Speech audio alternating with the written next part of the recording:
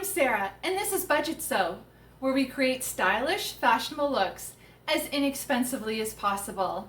Today, we're doing a sew along to Butterick 6523, View A. Butterick 6523 was published in 2017 and is a jacket, sash, and pants pattern. These loose-fitting jackets have neckline variations. Views A and B have a collar and a self-tie belt. View B has a contrast collar. View C has attached tie ends and a snap closure. The fitted pants have wide front and back yokes and a side invisible zipper. My mom bought this pattern for herself for $5.99 from the discard bin at Fabricland.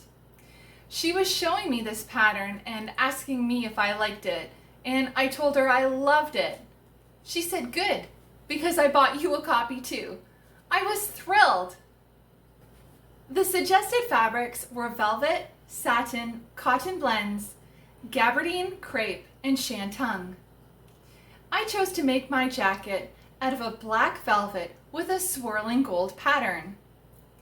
I bought my fabric at Value Village thrift stores during a store opening celebration. It was marked $39.99 for 8.5 meters, but I had a coupon for 20% off, so I paid $31.99. That broke down to $3.76 a meter. What a steal! This pattern shows layouts for 115 and 150 centimeters wide fabric, but my fabric was 140 centimeters wide, so I used my own layout, making the best use of the fabric in keeping with the nap of the velvet. Since I had 8.5 meters of it, I had plenty of fabric left over for other sewing projects, including Simplicity 8243, a fun jumper. The link to the video with that sew along is right here at the top of the screen. I also had enough fabric for Vogue 7784, a gorgeous hat, and Simplicity 9553, a vintage bag. So stay tuned to Budgetsew for the sew-alongs for those patterns. I also refashioned a pair of skinny jeans into flared bell-bottom jeans using this fabric. The link to the video with that DIY is right here at the top of the screen. I used black, sew-in, non-woven, pre-shrunk interfacing that I bought from Fabricland on sale. It was regularly $1.49 a package that included a piece of interfacing measuring 1 meter by 55 centimeters, but I bought it on sale at the low price of 50 cents. I didn't have quite enough of this interfacing because I used it for other projects, so I also used white fusible interfacing and sewed it to the velvet rather than press it. I didn't fuse the interfacing to the jacket because the iron will pucker and pull the velvet in different ways. When sewing a pattern, I don't always follow the instructions in the order that they're written. So if you're following along in the guide, you'll see that I jump around from step to step. After I cut out and marked my pattern, I started by turning the upper edge of the pocket to the outside along the fold line and pinned them down. The ends will be stitched. Then I pinned the curve of the pocket 3/8 of an inch or 1 centimeter from the raw edge. Then I pinned the interfacing to the wrong side of the jacket to be basted down. The white interfacing is the fusible interfacing that I mentioned earlier. I'm sewing it rather than fusing it so that I don't ruin the nap of the velvet. No one will see the inside of the jacket, so no one will know that it's fusible. Then I made a note to myself to E-stitch at the sewing machine the upper edge of the sleeve between the small circles.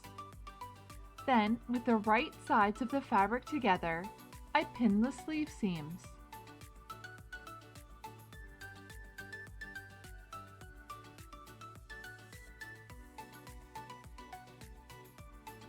Next, I pinned the interfacing to the wrong side of the upper collar sections to be basted in place. This is the black sew-in interfacing that I bought from Fabricland. It was such a great price. The pattern's instructions did not have any tips or specific instructions for the interfacing, so I followed Simplicity 8243.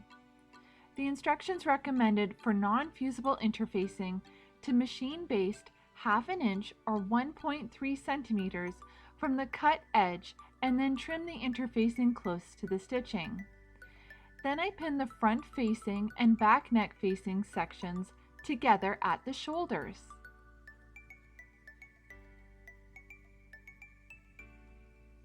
Next, I pinned the belt sections together along the notched edge.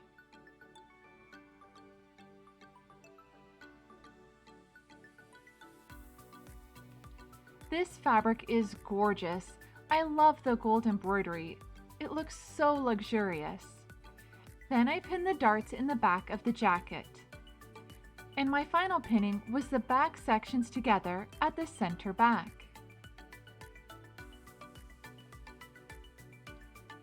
At the sewing machine, I sewed the belt sections together along the notched edge.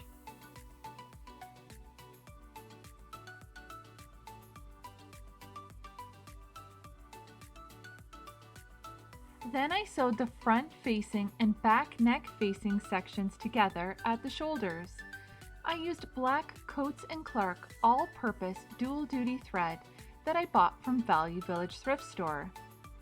Usually I don't use secondhand thread when sewing my garments, but this thread was in a big bag of brand new Coats & Clark thread for $1.99. I think there were 20 spools of black and white thread in the bag, so it was quite a steal. I checked the thread before buying it and it was very strong and actually newer than some of the thread in my sewing box. Then I sewed the interfacing to the wrong side of the upper collar sections. I found some great tips and tricks for sewing velvet on the Fabricland website. It said, pin, pin, pin. Did we mention pin? You want to make sure your pattern pieces are secure and won't shift during the sewing process. If using the hand basting method, try using a diagonal stitch pattern, as this will work to best ensure that your fabric stays secure as you stitch it up. Alternatively, temporary basting spray holds layers of velvet together and prevents shifting while sewing. The spray should disappear from the fabric easily, but always test a scrap piece of fabric first. For more of these tips, the link to Fabricland's website is in the description box of this video.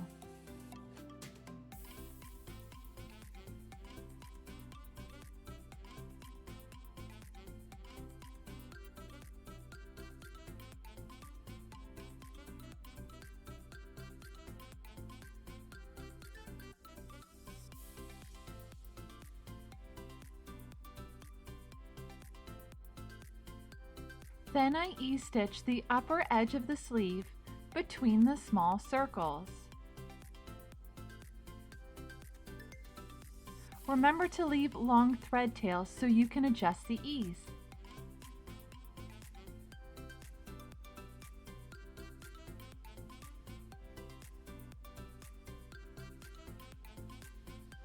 Then I stitch the sleeve seam. One of the things that I learned when sewing velvet was that stitching lines tend to show because of its surface texture. Threads magazine wrote that it's best to choose styles with minimal design details such as darts, seams, buttonholes, and top stitching.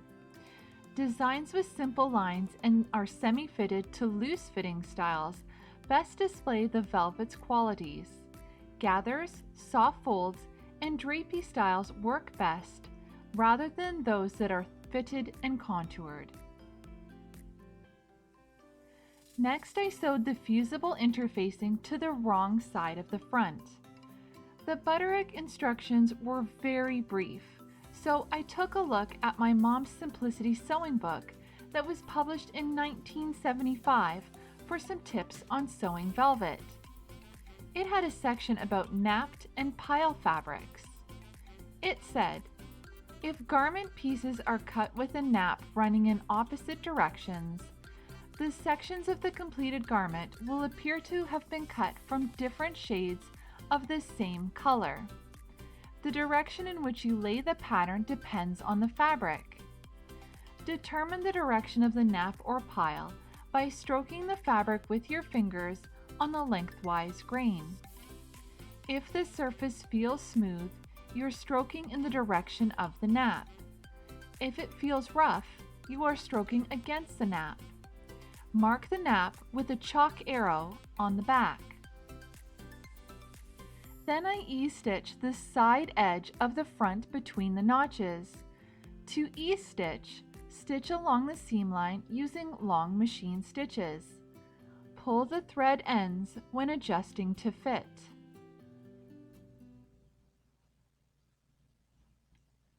Next up was the pockets. I stitched the curve edge of the pocket 3/8 of an inch or 1 centimeter from the raw edge using long machine stitches. I used a Schmetz universal needle sized 75 or 11 to sew this velvet jacket. This is the same needle size that I used for my Simplicity velvet jumper, Simplicity 8243. Then I sewed the back sections together at the center back. I found the velvet shifted around a lot as it went through my sewing machine, and I had to adjust the fabric so that the seam was sewn correctly. I think that the next time I will hand baste all my velvet pieces together before sewing to ensure that it does not slip. Eventually, I held both layers of the fabric taut while sewing so I would get an even tension on the fabric and to help guide it through the machine evenly. This helped the machine over the humps of the gold embroidery.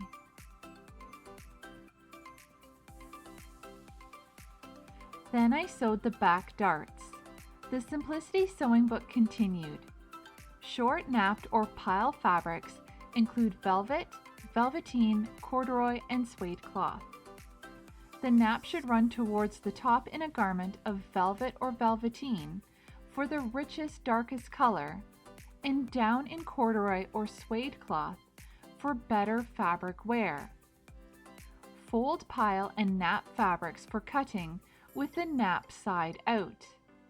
If the fabrics are folded with the nap sides together, the fabric will shift as you cut. Another option was recommended on the Fabricland website. It said, cut all pattern pieces in a single layer. Lay your fabric nap side down and place your pattern pieces on the back of the fabric to minimize slipping. Next, it was back to the pockets because I missed a step. I stitched the upper edge of the pocket to the outside at the ends.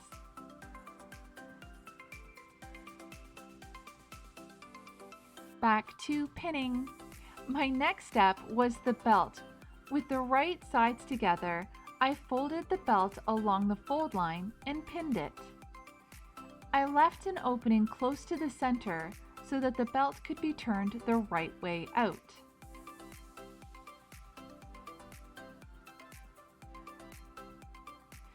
I could have sewn this seam earlier, but I missed pinning these pieces together. I pinned the under collar sections together at the center back. Next, I pinned the upper collar sections together at the center back. I trimmed all my interfacing close to the seam line to reduce the bulk. Then, with the right sides of the fabric together, I pinned the side front to the front, matching the notches and adjusting the ease.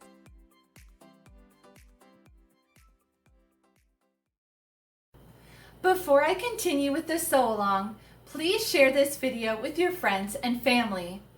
I would love to help others sew and refashion on a budget and troubleshoot their favorite patterns. I also love sharing the treasure that I find at thrift shops. If you'd like to see more from Budgetsew, Please subscribe and make sure that the bell is on so you receive a notification when I release a new video. Follow me on Twitter, Instagram, and Facebook at Budgetsew. Now, back to the sew-along. Back at the sewing machine, I sewed the side front to the front, matching the notches and adjusting the ease. I see here that I missed trimming the interfacing and the threads, but I tidied it up later. All those little black dots on the interfacing are the little hairs from cutting the pile of the velvet. They went everywhere. Then I sewed the upper collar sections together at the center back. I trimmed this interfacing, but I missed it on the front sections.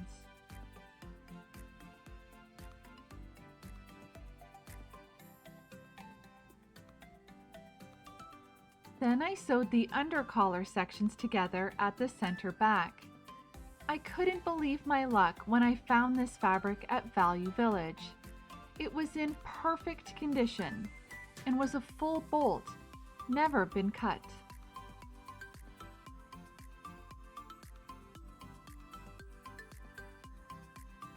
Then I sewed the belt, remembering to leave an opening so that it could be turned the right way out.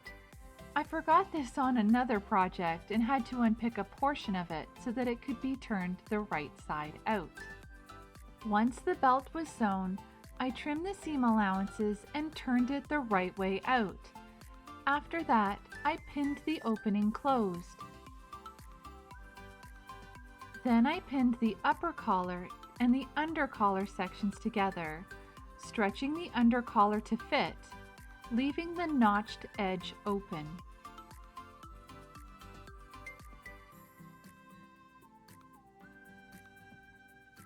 Then I pinned the front and back sections together at the shoulders and the side seams, matching the symbols.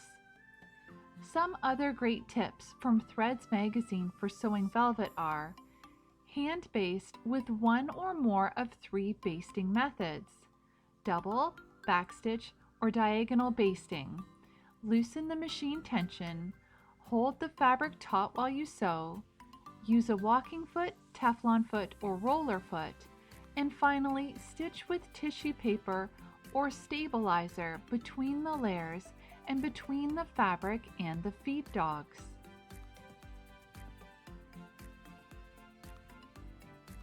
Then I pin the pockets to the jacket front, matching the symbols.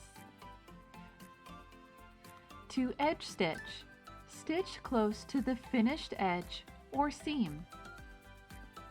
Back at the sewing machine, I sewed the upper collar and under collar sections together, removing the pins as I sewed and leaving the notched edge open.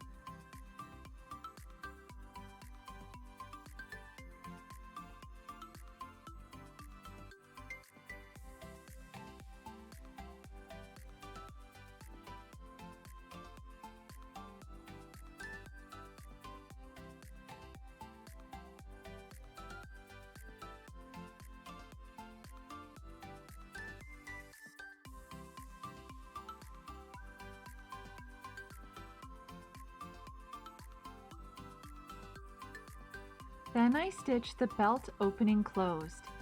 The instructions said slip stitch opening, but I used my sewing machine instead. I tried to do as little hand sewing as possible. To slip stitch, slide your needle through a folded edge, then pick up a thread of underneath fabric.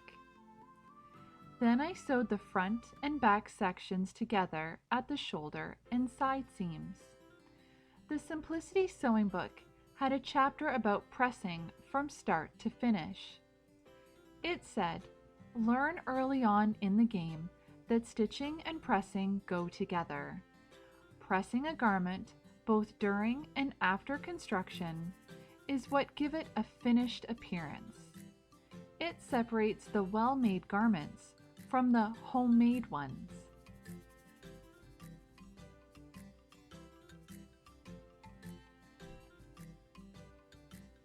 It continued, "Many fabrics have, as their outstanding characteristics, the texture they receive from various manufacturing and finishing processes.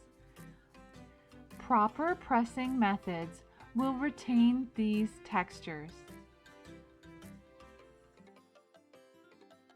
Then I edge stitched the pockets to the jacket front. The Simplicity Sewing Book had recommendations for pressing. It said, napped or pile fabrics such as fleece, deep pile fake furs, corduroy, and velvet must be steamed rather than pressed to prevent the nap or pile from flattening. When you press a fabric with a long nap, press in the direction of the nap using one of two methods. A piece of self fabric can be used as a press cloth when pressing on the right side. When you press a seam on the inside, use self fabric underneath the seam on the right side of the fabric, or press the fabric pile side down on a needle board. After pressing, softly brush the fabric in the direction of the pile. Then, with the right sides of the fabric together, I pin the sleeve into the armhole and match the large circle with the shoulder seam. I adjusted the ease for the best fit.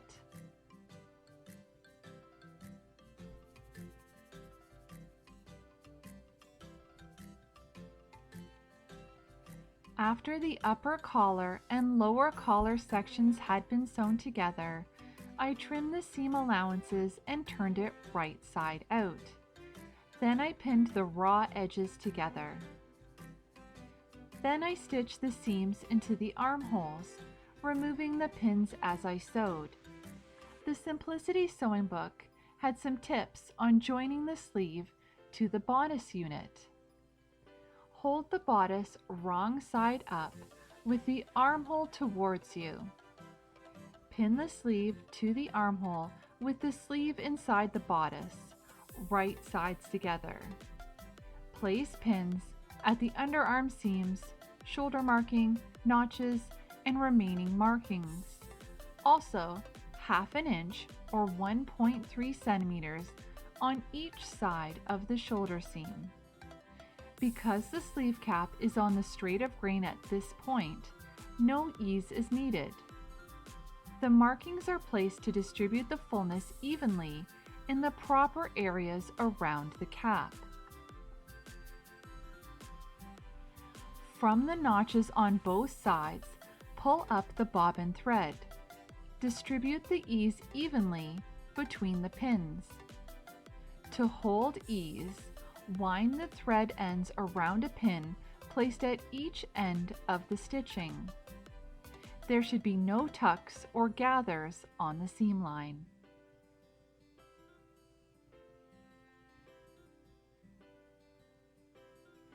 Hand baste on the stitching line, then machine stitch with the sleeve side up so you can see that no puckers are caught in the seam.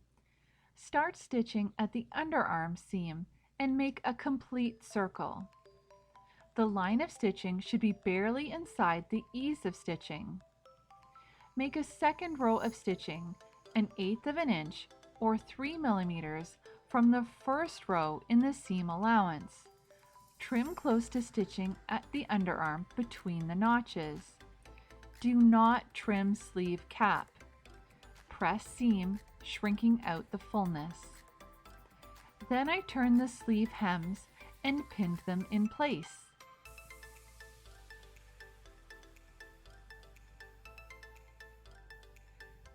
Then I pinned the collar to the neck edge with the interfaced upper collar on the top. The instructions said to clip the garment neck edge where necessary, but I did not do that because my collar fit perfectly.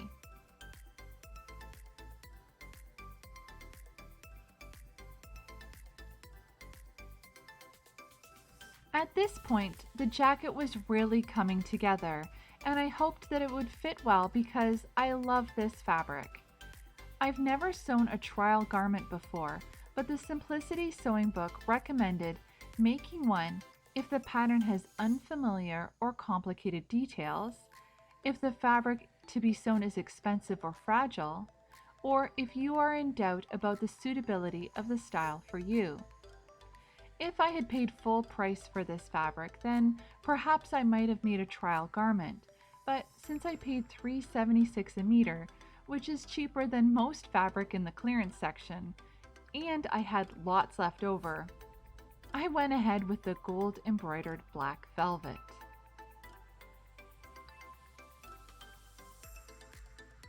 The Simplicity Sewing Book had further recommendations regarding making a trial garment.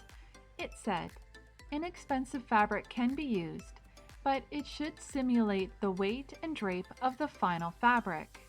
The center front, center back, and position for buttonholes should be marked on the right side of the trial garment. Facings and the top collar section can be eliminated in the cutting. Alterations of which you are aware should be made when you are cutting the trial fabric. Further adjustments will become evident as you fit the trial garment, and this information should be applied to the cutting of the final fabric. Back at the sewing machine, I sewed the collar to the jacket. I read some very interesting tips in the Simplicity Sewing Book. It had a chapter about sewing shortcuts and time-saving techniques. It said, since everyone is interested in saving time, we've come up with some shortcut methods for sewing. We'll show you how to eliminate time-consuming construction steps and incorporate speedier ones without sacrificing quality. You'll find that organized planning, every stitch of the way, is the key to time-saving techniques. I love this book. It is so handy.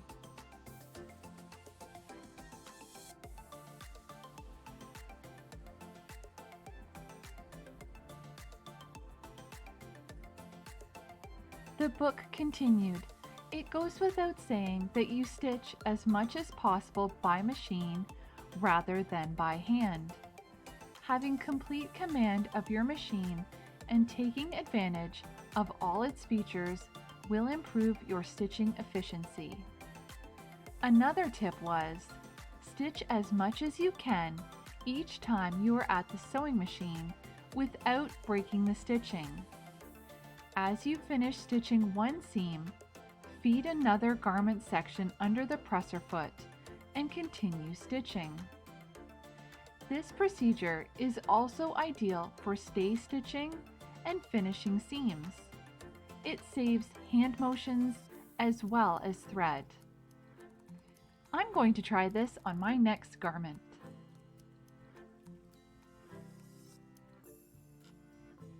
Then I sewed the sleeve hem in place, easing in the fullness. The Simplicity Sewing Book has a handy cutting tip that I already use. When pattern pieces are to be cut on the straight of grain, place straight edges of the waistband, cuff, or garment center back along the selvage to eliminate seam finishes. Clip selvage every few inches to prevent puckering when the garment is washed.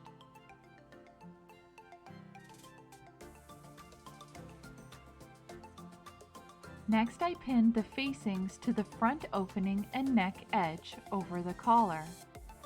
I matched the notches, shoulder seams, and other markings for the best fit. The instructions recommended clipping the fabric where necessary, but I didn't do that. The facings fit perfectly.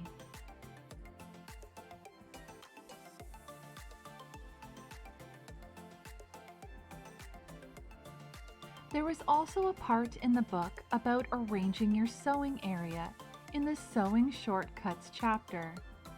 It said, when you've organized your sewing area, you're well on the way to achieving more efficient sewing skills. Your sewing machine, iron, and ironing board, plus sewing supplies, should be arranged strategically to eliminate unnecessary motions. Be sure that you have adequate lighting to the left of your working area, in addition to the light provided on your machine. I have lots of lamps around my sewing area. I want to see what I'm sewing, but I don't sew black or navy blue at night.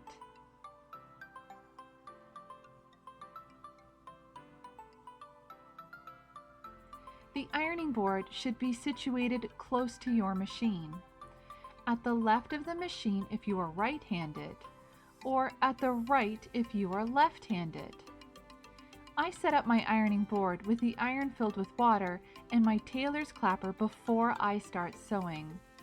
It's to the right of my machine instead of to the left as instructed by Simplicity. I think that I may move it to be more efficient. Take out the necessary pressing equipment and sewing tools before you start sewing so that they are convenient to use at a moment's notice. I have a little sewing caddy full of everything I need to sew. Tape a paper bag to your sewing table for thread ends and scraps. I have a little garbage can that sits under my desk, but maybe taping a bag to the table will make me even quicker. At the sewing machine, I sewed the facing to the jacket. The Simplicity sewing book also had recommendations on time-saving fabrics. It said, choose a fabric not only from the standpoint of how well it suits your pattern style, but also how easy it is to handle. Keep the following tips in mind.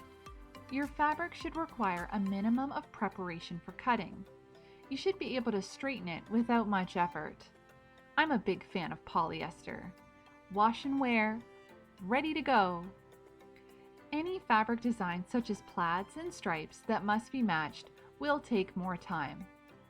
Choose a knit or woven fabric that does not ravel easily in order to eliminate seam, facing, and hem finishes. Firm fabrics are recommended since they usually don't need any lining or underlining. Fabrics that come pre-sheared or pre-pleated are instant time savers. Bed sheets are ideal for many sewing projects. Take advantage of their ample widths and hemmed edges to eliminate seaming and hemming. I find sewing curtain linings with white sheets a real time saver.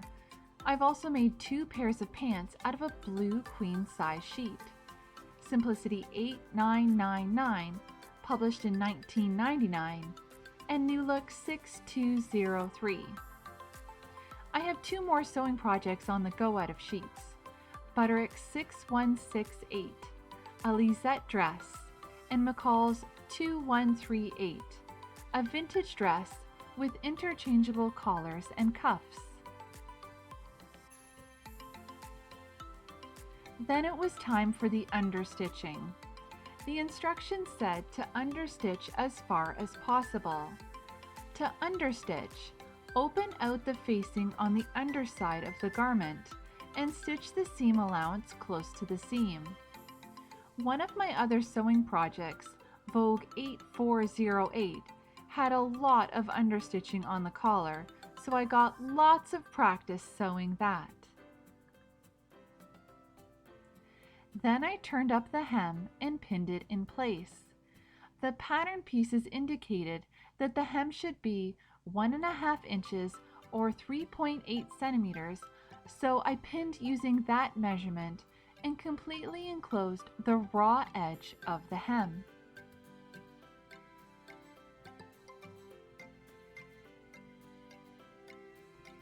At the sewing machine, I understitched the facings as much as possible. The Simplicity sewing book has tips on fitting.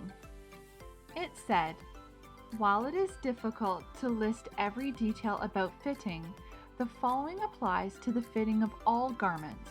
Experience will develop your know-how and bring a feeling for fitting.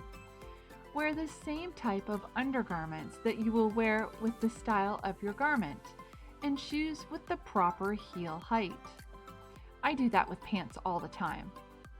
It also said, always look your best for fittings, with hair combed and usual makeup. I think that that would be nice for fittings, but that doesn't always happen with me. Always fit the garment right side out, as there are often differences between the measurements of both sides of the body. Changes are transferred to the wrong side after fitting.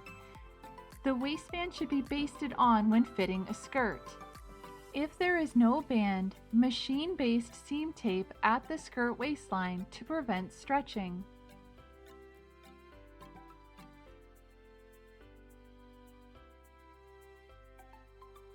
Then I sewed the hem. I used a straight stitch and not the blind hem stitch because the velvet was very thick, the embroidery too bumpy, and I felt that it would put additional pressure on the machine. The Simplicity Sewing Book continued with the tips on fitting. Wear the garment and stand in front of a full-length mirror to analyze the fit. Begin at the top of the garment and work your way down because the fit at the top affects the fit of the lower sections. Avoid overfitting, which is fitting too tightly and taking out too much ease. Sections that are to be joined to an area where there has been a fitting change usually need corresponding changes. For example, if the neckline has been changed, the neckline facings should also be changed. Necklines will fit better if the stitches of the shoulder seam end 5/8 of an inch or 1.5 centimeters from the neckline edge. My final step was to tack the facings to the shoulder seams by hand. Here is the finished jacket.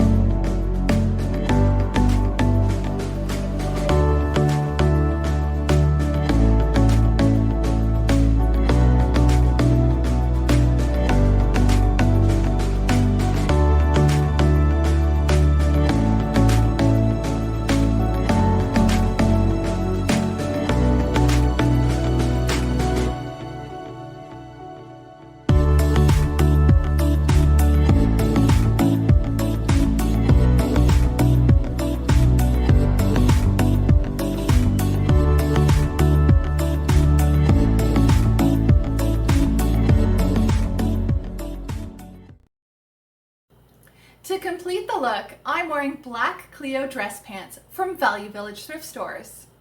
The top is Jones, New York from the Salvation Army charity store. The shoes are Comfort Plus by Predictions at Payless Shoe Store. The necklace came from Value Village as well. And the earrings were in a Ziploc bag full of jewelry that I bought for $5 at a church Christmas bazaar. I hope you enjoyed this sew along to Butterick B6523. Please like and share this video with your friends and family. I love sharing my new, vintage, and out-of-print sewing patterns and my tips, tricks, quick fixes, and even my mistakes when sewing along with you. I also love sharing my wonderful fabric finds that I thrifted from charity shops, as well as brand new fabric online and in store. If you'd like to see more from Budgetsew, please subscribe and press the bell so you receive a notification when I release a new video. If you'd like to stay up to date with Budgetsew, follow me on Twitter, Instagram, and Facebook at Budgetsew. Thanks for watching. See you next time.